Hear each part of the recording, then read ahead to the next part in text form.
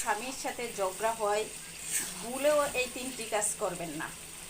1 নম্বর হলো নিজের ঝগড়ার কথা, স্বামী স্ত্রীর গোপনীয় কোনো কথা মা বোনদের সাথে শেয়ার করবেন না। যদি করেন তাহলে ওরা ভালো বুদ্ধির চাইতে খারাপ বুদ্ধিটাই বেশি দিবে, যা আপনার সংসার জীবনে জ্বর উঠতে পারে। আর দ্বিতীয়ত, আপনি কখনো কোনো বান্ধবী, বন্ধু এবং কাছের কোনো আত্মীয় স্বজনের কাছে আপনার স্বামী স্ত্রীর ঝগড়ার কথা বলবেন না। কারণ দুদিন পরে আপনি এই কথাটা ভুলে যেতে পারেন, স্বামী স্ত্রী মিল হতে পারে, কিন্তু যে আত্মীয় স্বজনের কাছে বলবেন তারা জীবনে কোনো দিন ভুলবে না। আর তৃতীয়ত, স্বামী স্ত্রীর ঝগড়া হওয়ার পরে কখনো রান্না বান্না বন্ধ করে বসে থাকবেন না।